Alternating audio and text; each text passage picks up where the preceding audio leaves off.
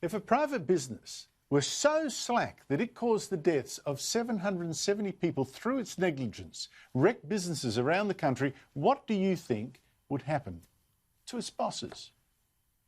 Fines at least, probably jail. 770 deaths, it's a lot of people. So here's the thing about the catastrophe caused by the Victorian government.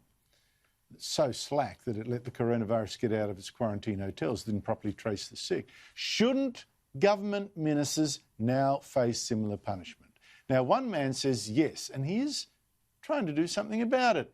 He is a Labor hire pioneer, Ken Phillips, now Executive Director of Independent Contractors of Australia. Ken Phillips, great to catch up with you again after so many years. What are you doing about this?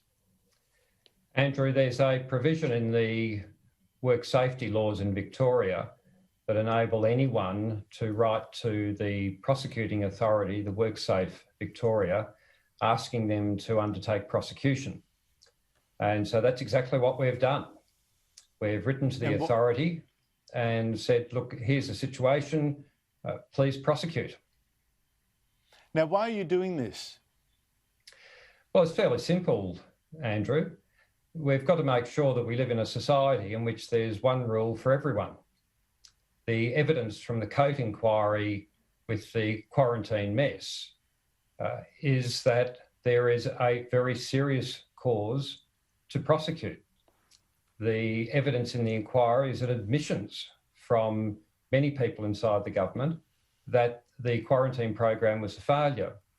Now, under the Act, people are required, anyone running any sort of business or any sort of operation, they are required to not only do the right thing, but they can be prosecuted for failing to do certain things. One of the things that has to be done is that people supply and apply a safe work system. And on the evidence that we've seen in the Coate inquiry, the government has clearly failed to do that. Now, that's a breach of a potential breach of the Act, and it at minimum requires the WorkSafe Authority to prosecute, in our view. So we've done exactly what the Act enables us to do and asked them to do that. Now, you've engaged lawyers and all that. What else do you plan to do? Are you going to sue? What action are you going to take? Well, there's a lot at stake here, of course. The entire integrity of the work safety system in Victoria is at stake, and the integrity of the law in Victoria is at stake. So the WorkSafe Authority, under the Act, have 3 months to reply to us, in which they either undertake a prosecution or they send us reasons as to why they won't prosecute. If they don't prosecute, we are then able, under the Act, to apply to the public prosecutor, the DPP, to undertake prosecution. So we are quite prepared, if it's necessary, to push this aspect of the law in the courts. If there are not the appropriate responses and so on and so forth, well, if we need to push that in the courts, we will.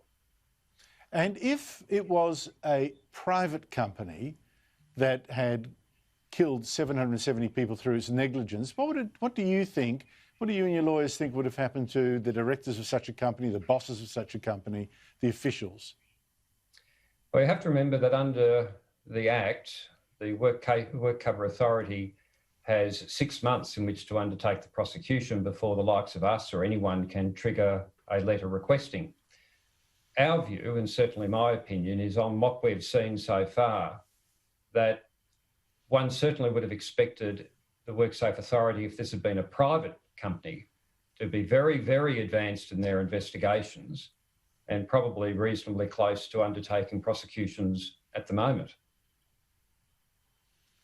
I think so too. It's very, very interesting. But who dares put their head up above the parapet and take on this particular government? Except, of course, someone who is hardened in many fights in the past, like Ken Phillips. Thank you so much indeed for joining me. Thanks, Andrew. Appreciate it.